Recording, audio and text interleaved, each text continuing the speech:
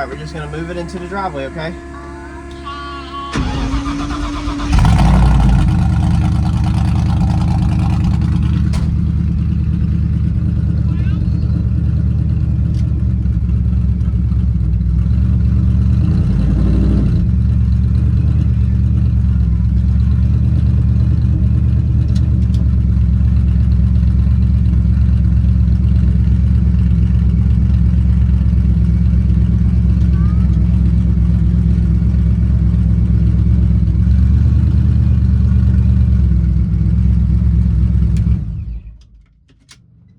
That's all we're gonna do for now.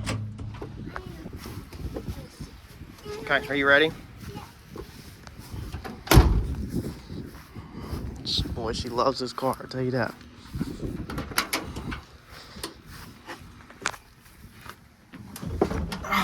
Are you ready, Harbor Joe?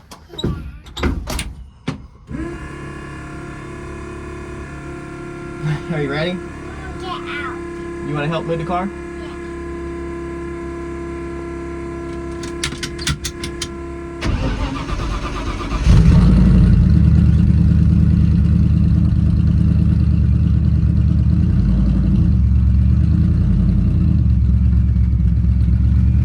Do it yourself. Here, give me your hand.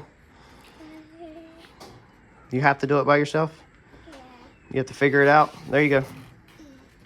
Good job. Good job. Give me a high five. Give me a high five. Good job, bud. With the car a little bit tonight. Nothing major. Gonna catch y'all up real fast with where we're at with it, because I know a lot of people were like, when's it going back to the track? They kind of told y'all this past weekend was obviously Dick or Die, which whooped my butt, y'all. You've seen John's video. If you haven't, go check out Turbo John Racing YouTube channel. He went rounds. Super proud of him, because I know since the time I had been going with him, of course, we want to see him win, and he personally wanted to go to the finals, you know, and get a win. But to see him actually get to the finals and the change in him that y'all don't get to see behind the scenes was just amazing. So, I mean, he just, like, after we got down to like 5 cars, man, he was just a different dude. Like, he come to life, you know. Like, I mean, dude, we all started trying to stay positive in life in general. It seemed like we're a bunch of positive guys that are around John, but I think after a while of just always just never making it to the finals or something, I think it beats you down. And to see John finally, once we went past 5 cars, because that's the farthest he had ever got, is down to 5 cars, that spark like came back. You could tell that he was just, even Miss Kelly, I heard her say, no, it's not on camera anywhere, but like I heard her say, you know, it's been a long time since I've seen John this like pumped, stoked. So it was very nice to see him go to the finals and help get him there, even though I feel like us as crew people, we really don't do a lot. Like, I know that it takes a lot, you know, as everybody's a team, but like John's the one driving it. John's the one that deserves all the credit. Hands down, he's the one that did that. So congratulations to him. That was pretty cool. But I left the track around 2 something in the morning, Sunday morning. On the way home, I was so exhausted. I felt tired. Honestly felt like I was gonna throw up. Normally, y'all have commented, and some of y'all have actually come up to me at the track and said y'all can tell the difference whenever I'm like exhausted, like bags under the eyes, or y'all say I just look exhausted. I don't see it because I see myself every day. The wife says it all the time. When I'm running on the ragged edge, she says normally that she can see that I just look exhausted. So I don't know what y'all are seeing, but I should be looking like a bright-eyed bunny tonight because I have been on vacation, I feel like, from this thing.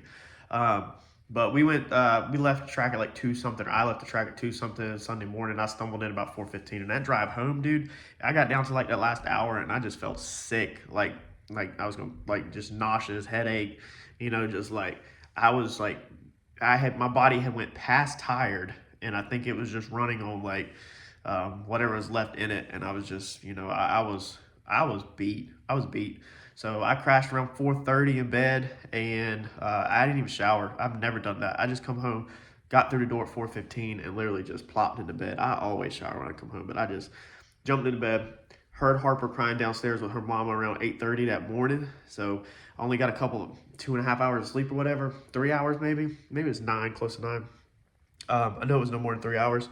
And then I got right back up to go downstairs, to try to recoup my Sunday with her. And then I just spent the Sunday with the girls. Went shopping with the wife, grabbed an energy drink. I do not drink energy drinks. So if I'm drinking an energy drink, we are in trouble. So I needed an energy drink to get myself up from that sick, exhausted feeling, because it's just a different feeling. When you're tired, if you know what I'm talking about, you can be tired and exhausted. But then when you get below the tired and exhausted, if you push yourself that far, most people won't push yourself into that level. If you get below that, then it turns into a sick feeling almost, because you're just so low on energy. And it wasn't the track didn't do me in, it's everything up to the track. So it's just going hard at work, last week, just, working on the car, all the nights that I worked on the car last week on the exhaust I put out for y'all. All that stuff led up to that feeling. It wasn't like being at the track. It was just the whole week prior of no rest practically. So Sunday, I relaxed. Actually, I didn't touch this thing. Put it in the garage on Friday. So we got it in the garage on Friday, and you seen the clips of me and Harper cranking it up. We had moved around the yard and stuff like that. But I haven't touched it since then. I don't want to ramble too much, but I haven't touched it. I wanted a vacation. I wanted a break from this thing, but I have been working on the computer. So we ordered some stuff. So we blew the hood off at Fayetteville, as you've seen, and immediately that next Monday I put in an order for a hood. So we do have a hood on the way. Second thing, we got to put a diaper on this car. I bought the material to do the belly pan. I really want to do the belly pan, but now I'm just torn back and forth. So I know a lot of cars use the belly pan to catch the oil. Some people are saying that, the wind, if you have a belly pan, the wind will shoot the oil kind of back. And I know the Coyotes like to side exit whenever the rods come out the block. But I don't know. I'm spending these 3 weeks, which I'm already down 1 week. We're into our second week. Trying to just sort out these details in my head. You've seen these headers. If you've seen an exhaust video, it's going to be tight to get a diaper in there. And if we do get a diaper in this car, then there's definitely going to be a lot of stuff laying on the headers. So that means that we're going to have to have a good quality one that, man, look at what is all this? This is Bodywork. I haven't even showered. I guess this is just from like wiping all day. I don't know. But we're going to have a good quality one so that it don't melt or catch fire, So that's just the reason why I'm torn, is just trying to get it in there and then work around it. And I've got the external oil coolers. I got the motor plates, which the diapers for the Coyotes are for engine mounts, not motor plates. I got a guy that can sew and do custom upholstery, but it's like, man, dude, it's like pay $2 something, $3 something for an engine diaper and then cut that thing up and then have to get it sewed, stitched up. So I'm just on the fence. I don't know what I'm going to do about it. I want to be responsible. I want to get one. I'm trying to mentally in my head, figure out what I want to do. And then the radiator hose, this has been beat like a dead horse, but it's still a problem. We've failed at the last attempt to fix it. I have some ideas in my head, but they're going to cost roughly $100, $200. Last night, I spent some time on Devin's videos, going over to Holly Dash. So I've not had a chance to touch my Holly Dash at all. Since this car's got together, y'all know how I've just grinded and just got out there, did what we've done. And I really haven't had a time to even touch the dash to like customize it or mess with it or anything. So I watched about 45 minutes to an hour worth of his stuff last night. And I think I want to mess with the dash a little. I don't know if I'm going to mess with it tonight, but we got a checklist that's pretty long of little stuff that we need to do. And again, it's just the little stuff like it's annoying because the car will crank up and go like it is, but you got a checklist of things that you need to do. The exhaust on the car, we ordered hangers. So I do have hangers on the way for the exhaust. We're going to put hangers on it and then we're going to wrap it. So I have wrap. We'll be doing that in a video.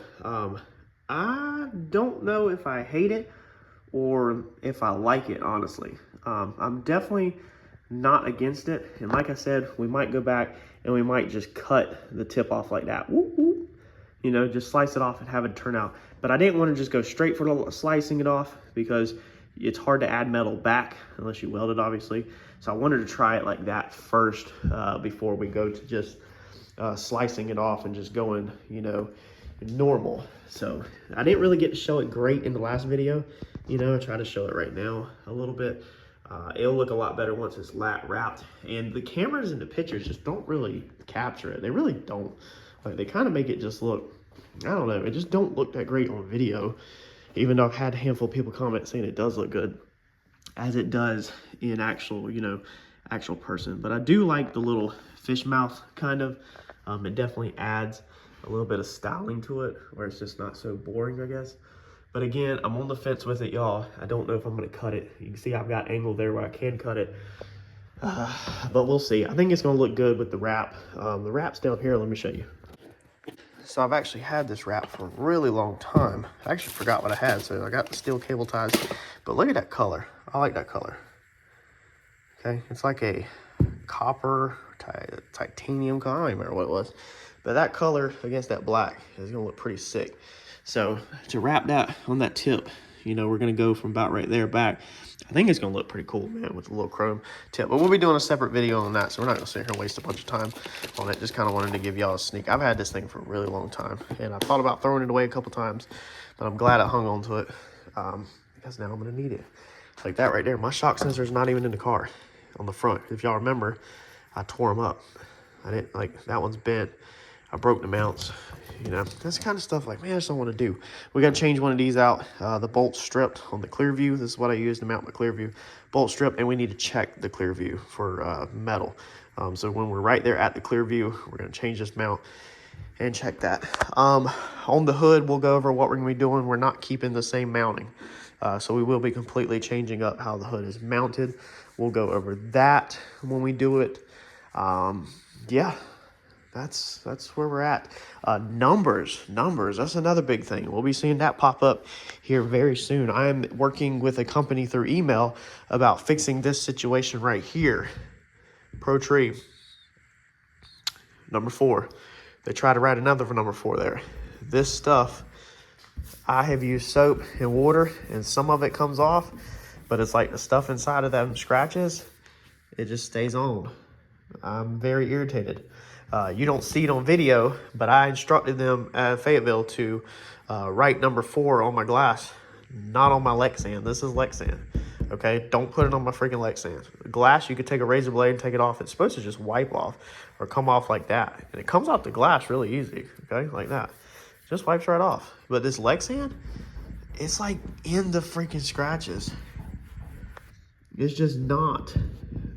It don't come off like it does the glass. You can see the glass just wipes right off. So we're fixing that. I'm sick of that. So we're going to order the, and this only happened twice, and I'm already sick of it. We're not going to keep playing this crap, right? And all doodling all over the Lexan.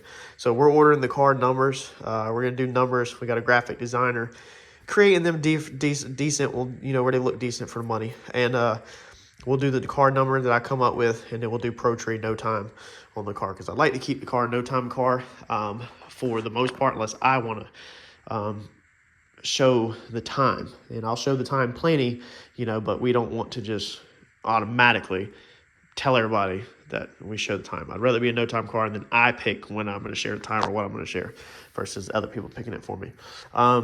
Yeah, I'm going to go down my to-do list. It's long. And we're going to start knocking stuff out. All right, so got it up on jack stands. Just checked the clear view. The first time I've ever set the clear view.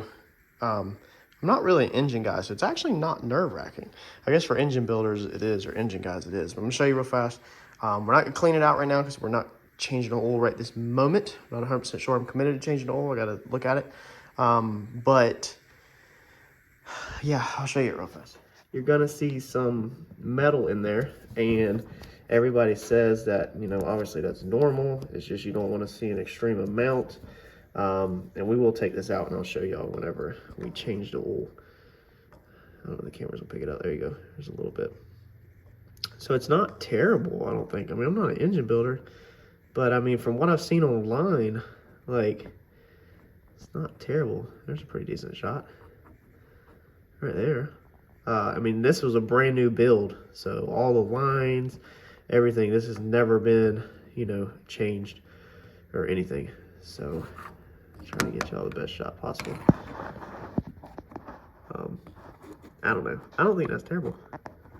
I think that would just be normal crap. But we're gonna inspect it a whole lot better whenever, look how dirty the car is, whenever we take it out. So I was instructed by Kevin to change the oil every 3 passes or every 3 outings.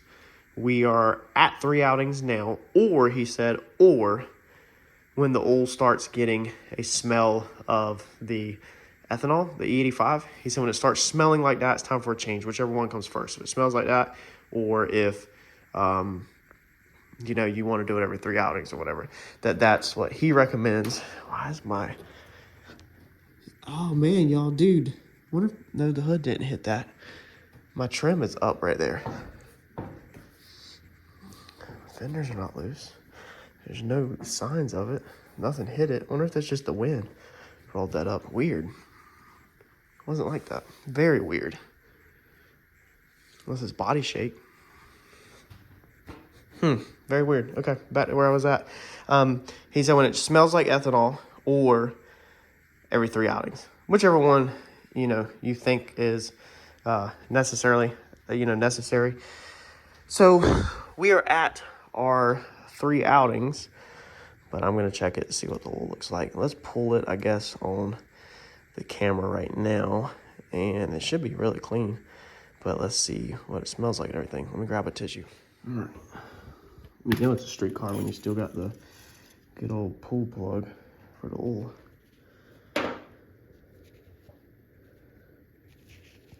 There's some black stuff right there on it, but, and it's all up the dipstick. Whenever I just pressurized the oil system, I only put like below 10 psi in there. It was like 10 psi. I literally cut the compressor on really fast for a second and then cut it off. We did get a compressor to do our tire gauge, but I don't have the battery here in the car or here at the house. So, I mean, it looks clean, but we're not looking for looks. It's gonna be smells. So, let's take a sniff. Obviously, we don't have sniff cam, so y'all are not gonna be able to. All right, so I don't know. I don't know if that classifies as 85 smell or not. I have allergies. I don't know if y'all ever noticed, but I have allergies. So I don't even know how good my smell-o-vision even is. Got more paint chipping down here. Man, you can really start seeing the car falling apart. You know, it's going to the racetrack. So yeah, I don't know. I guess we need to just go ahead and change it because that's like break-in oil, I guess. That's the first oil that the car ever had on its past. So, man, it sucks, dude. It sucks to do an oil change, man. That junk's $100 or more. It sucks. But, man, I don't know if I should just change the filter, clean the clear view and change the filter and run it one more outing. Because, I mean, you remember one outing, the Harold's one was barely anything. The first pass at Fayetteville was 68 miles an hour. John shook it down 120 miles an hour, 120 plus miles an hour. My other 2 passes were mediocre, and then I did 121 miles per hour in it. So I laid into it. So it's only been laid into really twice. It's been stabbed a couple times, but it's only been laid into it twice. So I don't know. Y'all leave a comments in below. I'm gonna hold off on ordering it until y'all see what y'all think. It's gonna be over 100. We might make a switch on some different oil. It really, to me, it really don't have a E85 smell. It has a slight smell of like the ethanol, but I don't know. I guess I'm gonna have to sniff my oil next time before I put it in and get familiar with the smell of it. Y'all let me know in the comments what you would do without you being here. It's not y'all's money, so everybody's probably gonna be like, man, order the oil change. If anything, I think we should at least change the filter. Filter's $15, so we could change the filter, the spin on Wix filter, and maybe clean out the clear view. Probably not, because I don't want to drip oils everywhere. I don't know. Maybe clean out both filters, and then because we do have 2 filters, clear view plus the Wix, and then which I know the E85 breaks down the oil, so it's not necessarily the trash, it's the breakdown. I don't know. Maybe I should go and order it. Y'all leave in the comments what you would do, but be realistic. Be realistic. You know what we did do the dyno on this oil too. Maybe we should go ahead and change it. Maybe I'll order it. I'll hold off until y'all tell me for sure in the comments. if anything, maybe we should change the filter and do one more track outing with it. I don't know. Leave in the comments what you think. We did the dyno pools. John shook it down. I did Harold's, which was a dud. And then we did the Fayetteville outing where we did 4 passes in it. So it's got however many TKM dyno pools, is 3 maybe, Harold's, John, and then 4 me. So it's got like 9 not wide open pools. It's got probably 4, 5, 6, 5-ish wide open pools on it. That's it. So let me know in the comments what you think. Move on to the next list. We'll change the clear view mount out when we change the oil. So let's move on. All right, so we are gonna put this thing back on the trickle charger because y'all know the battery got weak last time. Let's see what the trickle charger claims. Low, 90%, blinking low. So let it do the trickle charging. And we also, one thing that I do, which I'm actually developing a pre-race checklist, a trailer checklist before I leave the house, and a race checklist, is we put the fire safety pin back in. So I pull it at the track. That's gonna be on my pre-race checklist. And then we put it back in the house because Harper does play in the car. And she does ride in the car, and I don't want her obviously pulling the fire system or getting hurt in any way, shape or form. Another issue we had at Fayetteville that was not talked about on camera is we went to hook the Holly up and it wouldn't read. We restarted the laptop and it wouldn't connect. And so I reached in here, grabbed this right here, and then John said it's working. He said, whoa, whoa, whoa, hold it right there, just stay still.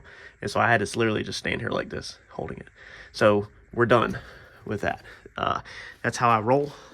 If something fails, I'm not doing it again. I'm not somebody to sit at the racetrack and have to play them games of fixing stuff and continuously freaking, mess with the same things over and over. That's crazy. That's insanity. Okay, if you have an issue, fix it. Don't keep messing with it, the racetrack. So I did that because I figured that you'd kind of unplug the USB cord, take it out of the car, roll it up, throw it to the side, and you wouldn't really use it that much, and then you could just nicely plug it back in to that little port right there, if you remember when we installed that. It's one of them things where it's a good idea, but then when you go to use the car, it doesn't work like it's supposed to. So it worked until this last time, but then what ends up happening is it just stays plugged in all the time and never gets unplugged. So that's a failure point. That's a failure. You could need to be loading a tune up really fast to go up to the track like John has done a couple times. And then you can't get it connected and you got to mess with that or whatever. So we're eliminating that. We're getting rid of that piece right there. And we're just going back straight cable off of the Holly, just like it is, and just leaving it in the floor just like it was. That way we don't have that issue again, and we're gonna save ourselves hopefully one failure point on this car. So let's go ahead and check that off our checklist. So far, checklist, we have checked the clear view, done. Check the oil smell, done. Waiting on y'all's feedback. Disconnect the USB extension, about to knock that out. Reinstall the fire pin, put the car on battery charger, and put the car on jack stands in preparation to work underneath it a little this week. Let's get this cable disconnected. For anybody that wants to do this, we went over this in a previous video, but all this thing is like an extension. So it's a splitter, so it takes and it makes 2 USBs. This is what Randy has in his car. If your ECU, whatever you want to call it, mounted way up under the dash, then that's like what how Devin does is he mounts it up there, and then he mounts that in the dash, so you can just plug right in right here. Like Randy's car is like right inside the door, so you can just plug into it. But the same thing with Randy's car is the extension cable, which is this piece right here. It also just stays in the car. So like with Devin's, him being a drag and drive car and all that, it's nice to be able to get this cable out of the car and not have it floating around. So that was the whole point of that thing, is that it's ran up nice and neat, and you can just unplug it from right there, and you're not shoving it, so from the computer to the piece is tucked, and then the thing is. But the problem is, like with Randy's car, my car, John's car, we don't take our cables out, so we leave them in. So having this kind of leaves you with one floating around in the car, and a possible failure point. So we're taking it out, but that's all this is just it splits out the two on the back side. You can get them off Amazon or whatever. If you want to do it to your car, then it's you know, amazing if it's like a drag and drive car or something like that. You know, because like I said, you can unplug it and just have this port. You don't have a cable floating around. It'll be tucked away all nice and neat. But you will need a female to female adapter to make it work. If anybody's interested in this, let me know. You know, I can box this up in an envelope, sell it for a couple bucks for shipping a little bit, you know, whatever. It works. You know, it worked for me and John. I just think either, maybe this wasn't pushed all the way in, or maybe it had a loose connection or something. I don't really know, but I'm not gonna use it again, and I'm not gonna trash it. I'm the type where, you know, it wasn't cheap by any means, but we're gonna get this out of there. If anybody wants it, just let me know. And you know what? I'll tell you what, if anybody wants this piece, okay, that you can tie 2 USBs in and make one out of it, let me know and I'll ship that out. If one of my subscribers wants it, let me know and send me some money to cover shipping, a couple bucks, Cash App, Venmo, whatever, and I'll ship this to you, and I won't charge you for it. Actually, just a couple bucks cover whatever shipping probably will be. I'll send it out to you, and I'm gonna keep this. This was the thing that we probably had a problem with anyway, I think. I'm gonna keep this extension, and because this will be nice if you want to sit far away from the car but still stay plugged in. So I'm gonna keep that readily available. But if somebody wants this one, just reach out to me. My email, either comment, obviously you probably don't want to put your address in comments. My email is always in the description on every single video if anybody needs to reach out to me, and I'll get this out to. All you got to do is drill a hole like that. I'm pretty sure I used a step down bit. A large step down bit will get that hole, I think, big enough for this, and you can put this thing in anything. This is the exact same thing that Devin Vanderhoof uses when he wires cars, and he mounts this in the dash. Like I said, for my application, I just don't like it, so y'all let me know if you want it. All right, so that is done. We are left with the same thing we had before, a cable in the floor. Now, I'm not using it. My car can obviously, well, if you fold it up, it can be tucked underneath the seat where it doesn't get stomped on like that. Yeah, now I'm gonna have to do my carbon work over, replace that piece of carbon fiber so there's not a hole in it. That looks stupid.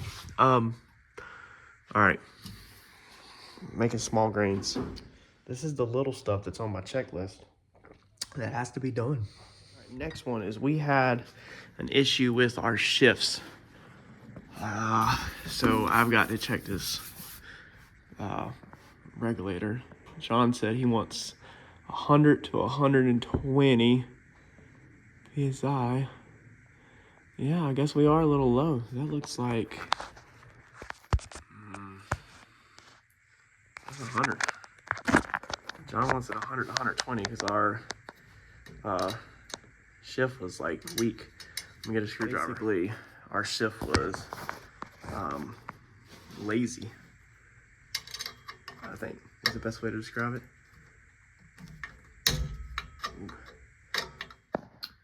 We're gonna call that one of our 110. Yeah, 110-ish. Let's see here. Yep, 110. So we're gonna call that right in the center, see if that fixes our issue. Basically, our shift took too long, I think is what it was. See here, it shifted, and then when it comes back down, it took too long. I think it's what it was. It's been 2 weeks now since the track. Anyway, John said 110, 120, 100 to 120. John got 110. There you go. The boss man got 110. Another thing is we have to do this paperwork. So we have to do our wiring diagram. We have to add, here's the drive shaft information, stuff. There's a couple things in here scattered all over the place. So we have to add that and make copies. So if something gets spilled on this originals, we have backups or copies. So we're gonna take that to work tomorrow and do that on our lunch break. That will knock off 2 items on the checklist. I know we gotta make copies, we gotta rewrite it, and we got to add in the things that we added. So that's 2 more things off the checklist that we'll do tomorrow. And then the drive shaft speed sensor is not reading correctly. So I have to find out how many teeth are on it. I'm not even gonna slide under and count them. I'm just gonna look back at my email where I purchased it and find out what tooth it is. John said he's pretty sure that in the Holly, it's just set to the wrong teeth. So I think one sensor has like 32 teeth on the ring, the other one has like 16 or something. He said he's pretty sure that it's just wrong in the Holly. That's probably what it is. That's why it's not reading correct. So I'm gonna try to remember to do that tonight, laying in bed. That would knock another thing off the checklist. And yeah, this is the kind of little stuff, man, the little stuff. It's almost 10 o'clock. I think I'm gonna jump in here and play with this dash for a minute and then get y'all a video edited and get it out to you, a little update on the car. It's probably turned into a long update. That way you kind of know where we're at. So if you haven't already subscribed, go ahead and subscribe. We're gonna be growing with this car, making more passes, getting faster, and leave a comment, man. I'll catch you on the next one. Thanks, y'all.